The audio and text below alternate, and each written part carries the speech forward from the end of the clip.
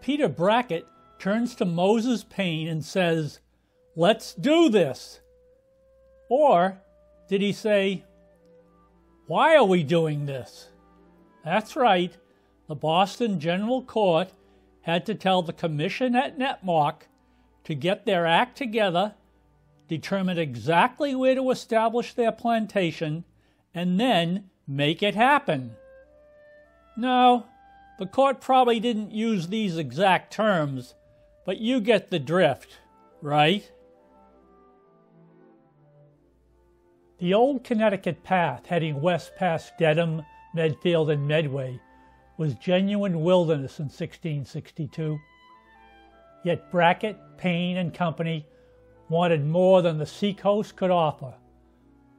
Some of us can understand that urge, some can't.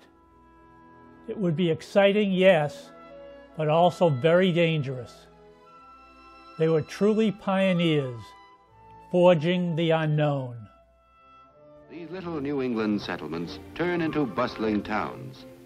New settlers, laborers, and craftsmen pour in from Europe to the new land, where there is work for all willing hands. Many New Englanders work in the shipping industry, which grows as the towns turn into ports.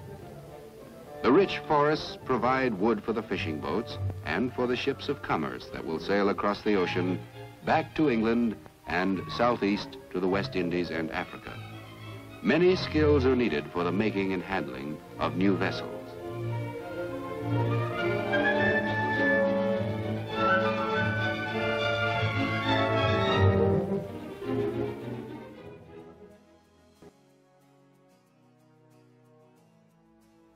Yes, the coastal plain of Massachusetts Bay was homeland to our founders, but they wanted more, didn't they? Did they really know what they were getting themselves into? Probably not. However, in May of 1662, they were tired of procrastination. The committee had a meeting to further discuss the rules and regulations of Netmark Plantation, and all agreed to put a final timeline of settlement by the end of the 7th month of 1663. Still, what concerns did they have? There were Native American neighbors to deal with. Were they friendly? They hoped so. What was going on in Plymouth Colony? Were relationships becoming frayed? Or would they be safe? And what about those pesky wolves? Allow me to introduce Robert Geek. Robert's article, "When Wolves Ranged New England," provides an interesting insight into early colonial life. I've written 7 books now, the first being A Town, a Tavern, and a Farm, and that principally being about Pawtucket and the Pidge Avenue Tavern, whose farmhouse I live in. The Canis lupus, or gray wolf as it's known now, came into North America as early as 300,000 years ago.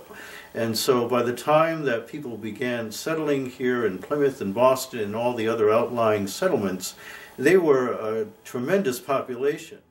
So one of the earliest descriptions of the gray wolf in New England comes from William Wood in the 17th century travelogue, New England's Prospect. And he described the beast, and I'm quoting here, "much like a mongrel, being big-boned, lank-paunched, deep-breasted, with a thick neck and head, prick ears, and long snout with dangerous teeth, long staring hair, a great bush tail." And he made no bones about the impact that the wolf had on those settlers, especially swine, goats, and red calves, which the wolves, he thought, mistook for deer. You know, was the population more intense inland, or what? Give me a little insight about that. Well, certainly by the time of Mendon's founding, the other settlements along the coastal areas would have in fact driven wolves further inland than they were initially.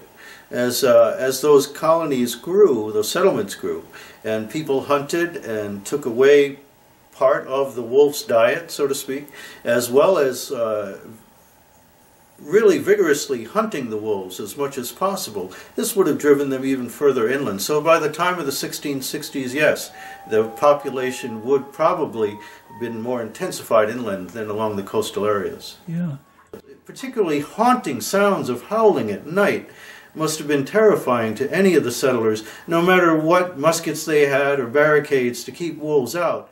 How would the dogs help or hinder that issue? One of the first proposed solutions was to introduce dogs to the settlements. Settlers that would literally order a type of dog. Mastiff was a popular breed because of their size, no doubt, and but other dogs as well, as we see the spaniels and other dogs came and would be trained. They were not particularly effective, though, because the wolves were, of course, much fiercer than those domesticated dogs that were brought in. And eventually the dogs themselves became a problem, because as they became lost in the woods or took up with other dogs, some of them being among the packs of dogs that the Indians kept, they also became wild and would be a nuisance to the settlement. William Wood thought they would never get rid of the wolves. He thought they were just too populous and they populated too frequently. It would never happen. You know, if you look at any area map of New England, you're sure to see a wolf hill or a wolf den, a wolf stream or something, which indicates that by the time that people were really spreading out throughout New England, this was a continuing problem. And as I said, they tried various ways to get rid of the wolves, and even some technologically advanced ways. One of the more popular methods, beyond traps and beyond simple hunting, was to put a couple of fish hooks in a ball of grease and mold it into a ball and leave it by the fields, particularly by the commons, which were always an area that was in danger from wolves. And this would, of course, the wolf would ingest this and, of course, be left disabled from eating its normal diet and starve to death. That's interesting. There's also poison as well, tainted meat left behind for wolves and so forth to eat.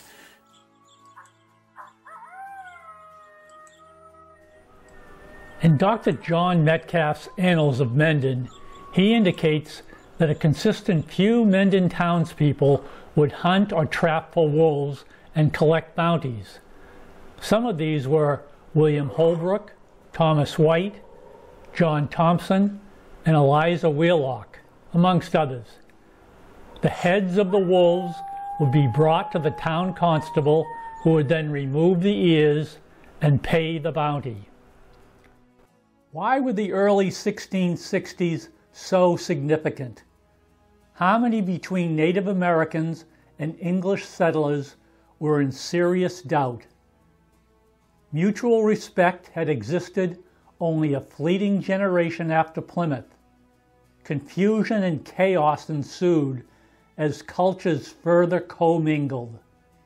The 30s, 40s, and 50s had been punctuated with political, religious, and economic uneasiness and sad military confrontations. The 60s marked a crucial time period in this coexistence of civilizations, life and death becoming the ultimate stakes. Changes in Native American leadership would make matters extremely uncomfortable. The population of the English colonies was growing dramatically, with an increasing demand to establish new towns, create farms, and expand. The one thing that Native people have that the English people want is their land. Access to an acquisition of this so-called free land that the Americas offer is a source of constant and recurrent conflict with Indian people. The English came from a society where land was in short supply. Ownership of land was a mark of status as well as a source of wealth. For Indian people, land is homeland. You are rooted to it by generations of living on the land. Your identity is tied up in it. It's not a commodity to be bought and sold. Massasoit had not felt pressured to sell land for the first 20 years of Plymouth's existence, and his first commitments to cede territory had seemed harmless. But just as the English became more aggressively acquisitive, Massasoit found himself in a weak bargaining position. The beaver population was badly depleted, collapsing the trade on which his relationship with the Pilgrims had been built. And the English no longer needed Massasoit's help in expanding their commercial reach. So he was forced to bend to his allies' desire to have his land. The chief got what he could for the Wampanoag land. He sold one parcel for 10 fathom of beads and a coat. As time went on, he asked for more. Hatchets, hoes, knives, iron kettles, moose skins, matchlock muskets, yards of cotton, and pounds of English coin. There are several incidents where Massasoit's clearly disgruntled with the way things are changing. For instance, he agrees to sell some of his land to some of the settlers down in Rhode Island, and they pay him for it, and he says, this is nowhere near enough, and he gives it back. And they refuse to take it. They refuse to take the gifts, the payment back, and they say, you know, you can't return this, and this is a done deal. With the influx of English people in the 1630s, Puritan New England ceases to be weak and vulnerable and now becomes a power in the region. As they look further west, they see another major power. The English identify the Pequot as an obstacle to their expansion.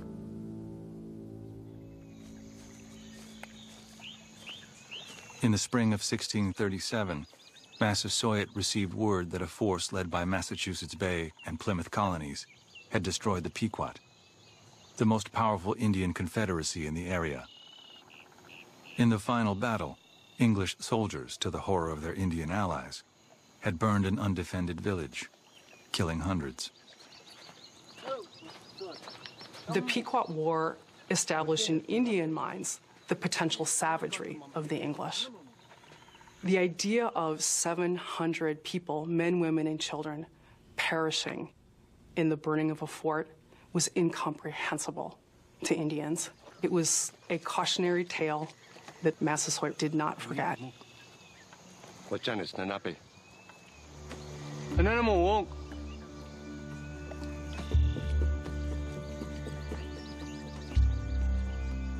Soon after the destruction of the Pequot, Massasoit traveled to Massachusetts Bay Colony to deliver to its governor, John Winthrop, a gift of 16 beaver skins, and to restate his long-standing friendship with the colonists, all in hopes that they would continue to honor the promise of shared security the English had made in that first long-ago treaty. Massasoit hopes that this tribute is going to solidify his friendship with Massachusetts because he's worried, and he's not the only one. Winthrop writes in his journal that after the Pequot War, dozens of Indian groups in the area come to Massachusetts, to the court, and try to make friends. Say, you know, we want to be your friends, your partners, your subjects, whatever it takes. They're frightened.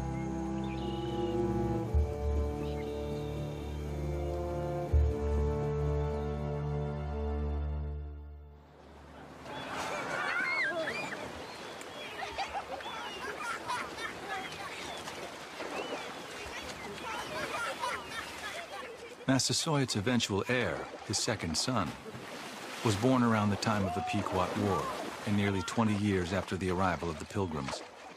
He knew no world but the one in which English and Wampanoag lived together. Even his names would suggest a man comfortable in two cultures. He was first called Metacom, and later Philip. He came of age in the 1650s, in a world his forefathers could not have imagined. He fancied fine English lacework and richly detailed wampum. He was one of the few Wampanoag who kept pigs, and he counted among his close friends both Indians and Englishmen. He was described by an English traveler as walking through the streets of Boston, decked out in massive amounts of wampum, showing his wealth and his power, comfortable walking in this world that had been created together by the English and the native people of the region. As he approached manhood, Philip was more and more aware of his father's growing unease. Massasoit's tribal borders had receded in around Narragansett Bay. Disease continued to thin the Wampanoag. His trusted ally, Edward Winslow, had died. The new leadership in Plymouth had little memory of the time they had needed Massasoit's help. When do the English lose their sense of openness? Well, when they become more independent, when they realize that they no longer need the Indians. And right around that same time, in the 1650s, they make one attempt to convert the Indians to Christianity, which is to say, in effect, well, if you're going to live among us, you need to basically become us, because we can't live with people who are different from ourselves. In 1651, Puritan minister John Eliot established a praying town in Natick, Massachusetts. In Natick, as in the dozen praying towns that followed, Indians who converted to Christianity were assured physical security and the promise of eternal life, so long as they agreed to live by moral codes drawn up by Puritan clergy.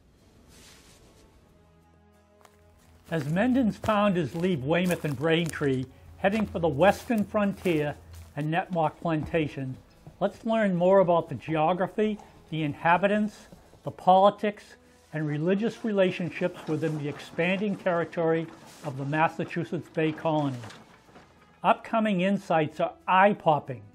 These backstories will leave you asking for more. You'll recall that central Massachusetts was inhabited by the Nipmuc Nation, descendants of the indigenous Algonquin peoples of Nipnet, called the Freshwater Pond Place, which corresponds to central Massachusetts and immediately adjacent portions of Connecticut and Rhode Island. Of course, Mendon's geography places it smack dab in that territory. No problem so far, right? A decade or two earlier, records of the 1640s and 1650s state that the praying town of Hassanamesset, which is Grafton, was established by the Reverend John Eliot in 1654. John Eliot was the minister of the Roxbury First Church. In 1651, the Massachusetts court established the Natick Praying Indian Town, its 51 inhabitants constituting a church where its members were called to prayer with drums. It began with John Eliot. Raised in an English Puritan pastor's home, he came to Massachusetts in 1631 to become pastor of the church in Roxbury, where he lived for 58 years. Learning Algonquian, he began teaching the Native Americans in the area in their own language, presenting the gospel books from the Bible, establishing what he called praying Indian towns. Now, a certain Reverend William Park of Roxbury was one of the founders of the Roxbury First Church, one of its first deacons, a post he held for 33 years. He was also a member of the Massachusetts General Court at Boston. That's an important fact, as we'll soon find out. It is certain that John Eliot was a colleague of and responsible to Deacon Park. Grafton's Hassanamesset was only the second praying town to have an established church after Natick. The Hassanamesset church leaders actually came from Natick, and, of course, the Hassanamesset church would have had to be sanctioned by the Roxbury First Church, of which Reverend Park was deacon and John Eliot was a minister. Hassanamesset was established as an Indian community in May of 1654 when the General Court, of which Park was a member, voted 8,000 acres. This land was established for the Nipmuc people, legitimizing their land rights. Unlike Natick, the Nipmucs already lived on the land granted to them. Eliot's goal was to give the natives permanent land on which to establish a church. As deed-holding owners, the Nipmucs could therefore buy or sell land. Here's an interesting side note.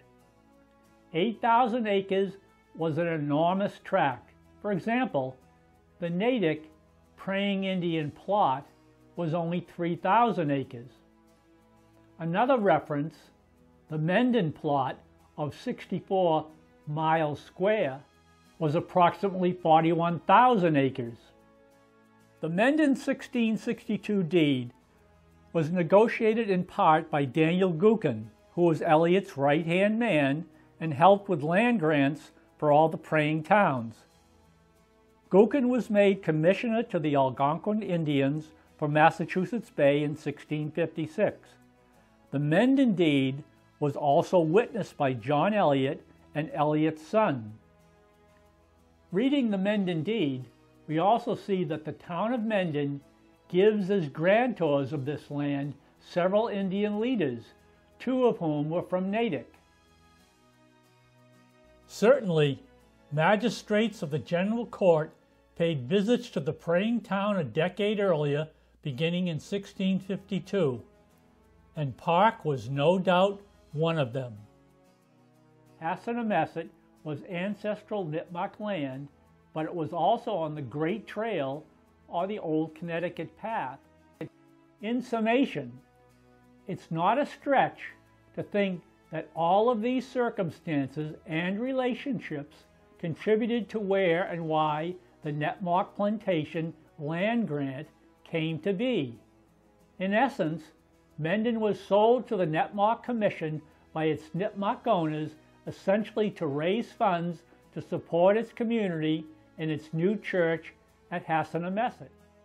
The signing of the Mendon Indian Deed in 1662 was an indication that Squinchapog, the forested land of the Nipmucs, was officially transferred to a group of English settlers from Braintree and Weymouth. The land was purchased for £24. The Native Americans were represented by Reverend John Eliot, his son John Eliot Jr., and Daniel Gookin. The settlers were represented by Moses Payne and Peter Brackett.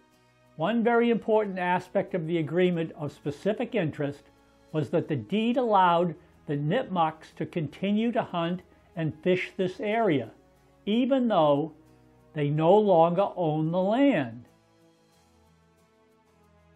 The document seemed to be a reasonable agreement that would allow peaceful interaction between the Nipmucs and the new inhabitants. There were some significant cultural conflicts that had taken place in Plymouth Colony that would have to be addressed. For instance, trespassing was not a one-way street, as we see from this upcoming sequence.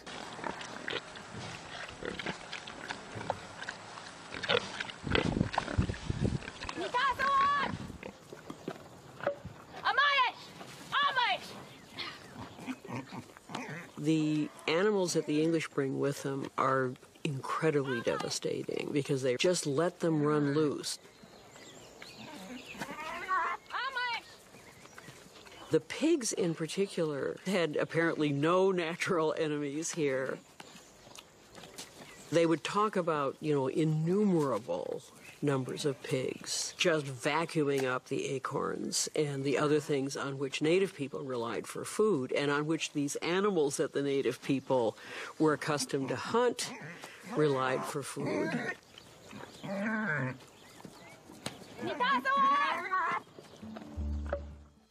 Many Indian customs were in contrast to Puritan theology. With the Puritans regarding themselves as God's chosen people, they expected neighboring native people to conform to their religious way of life. For instance, Wampanoags were being arrested for fishing on Sundays.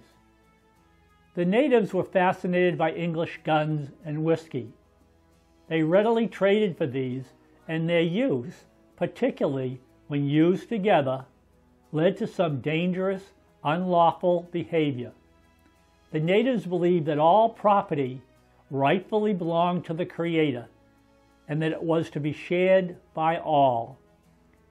English settlers believed that once land was purchased, the previous owners should vacate it. Wampanoags were often in trouble for trespassing.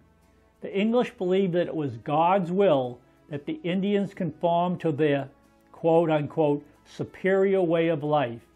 If not, they would be subject to the consequences of English laws and punishments. The year of 1662 marked a change in leadership of the Wampanoag tribe that left an uneasiness in the relationship with the settlers. Massasoit, the legendary elderly peacemaker, died, and his son, Wamsutta, aka Alexander, became the new chief. Wamsutta, like his father, continued to sell land to settlers in order to make money for his tribe. However, some of the sales were not given approval by Plymouth authorities, so he was brought into court at gunpoint. After being questioned and held for 3 days, he was released. He died the very next day. The English alleged that he died of a fever. His tribe insisted that he was murdered by poisoning. Metacomet, or Philip, aka Metacom, his brother, became the new chief, and Metacom was outraged. But Philip didn't pose any problems for the Puritans, right? After all, he was a Pokanoket who lived far away in Mount Hope. And of course, Pokanokets had been decimated by disease generations earlier, so there was nothing to worry about, since there were so few remaining. And his father, Massasoit, had maintained peace for so long, so why wouldn't Philip do the same? Kisikwan karabalamis nuichi iu kisikak wanigan. Panu papabino wa andamay ni nadusa nuichi. Wananumio wache ninimi siniwog.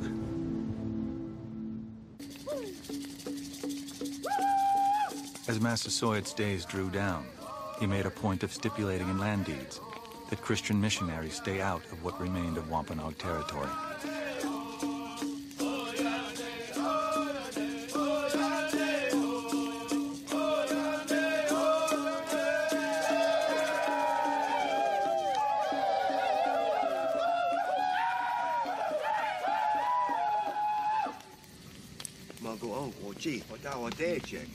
Having watched the English erode his tribe's land holdings and his father's authority, Philip determined to make a marriage of power. He wed a woman who was a leader in her own right, the daughter of a chief who had opposed Massasoit's alliance with the English from the beginning. Massasoit must have wondered what kind of world he was handing on to his sons, to his children. I think there's a certain resignation in some of his actions toward the end of his life. An attempt to stem the tide of English assault on Indian land, on Indian culture, on Indian sovereignty, and a lingering hope that maybe things will still work out okay. Maybe there can still be peace, because I think that was his vision of what New England would be. It was a vision of peace.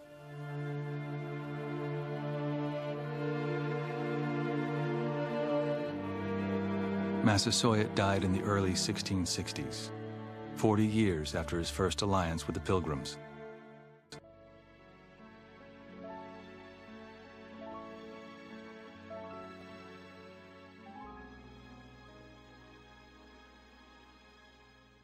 The General Court of Massachusetts Bay Colony gave a new name to Squinchapog. It would be called Netmock Plantation. Adventurous pioneers from Braintree and Weymouth prepared for a new home.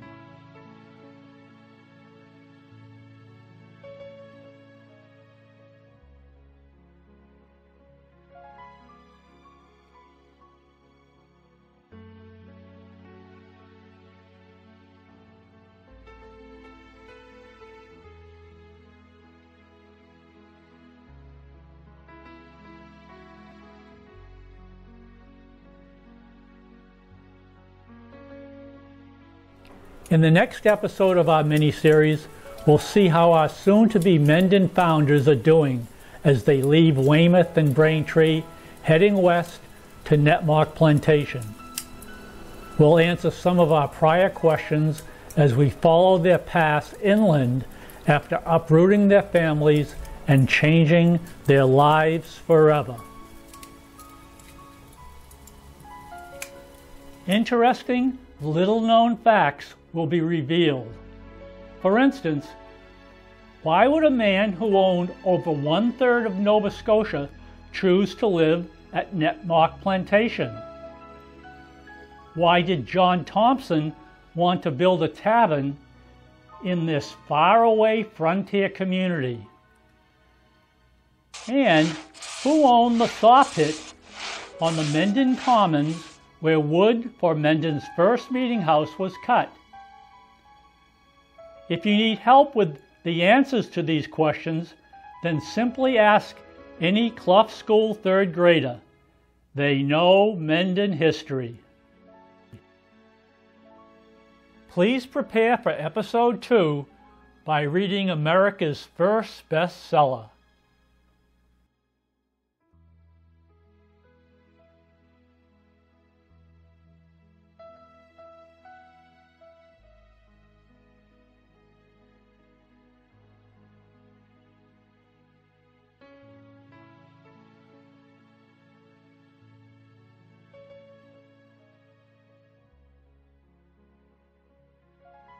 It is 1682 in the colony town of Lancaster, Massachusetts. Mary Rowlandson, wife of the local minister and one of the few women who can read and write, publishes an account of her capture by Narragansett Indians some 7 years before. Bullets seemed to fly like hail. Some in our house were fighting for their lives, others wallowing in their blood. The house on fire and the bloody heathen ready to knock us on the head. Mothers and children crying out for themselves and one another, "Lord, what shall we do?" Rowlandson, home alone while her husband is traveling, is captured along with 3 of her children and a number of other Lancaster residents. Her captivity lasts just 3 months, but during that time she endures a 20-day forced march in the dead of winter. She sees one of her children, wounded in the initial attack, die along the trail. To Rowlandson, the Indians are inhuman. She credits any kindness they show her to direct intercession by God. After she and her remaining children are ransomed and returned home, Rowlandson writes her account. It becomes one of America's first bestsellers.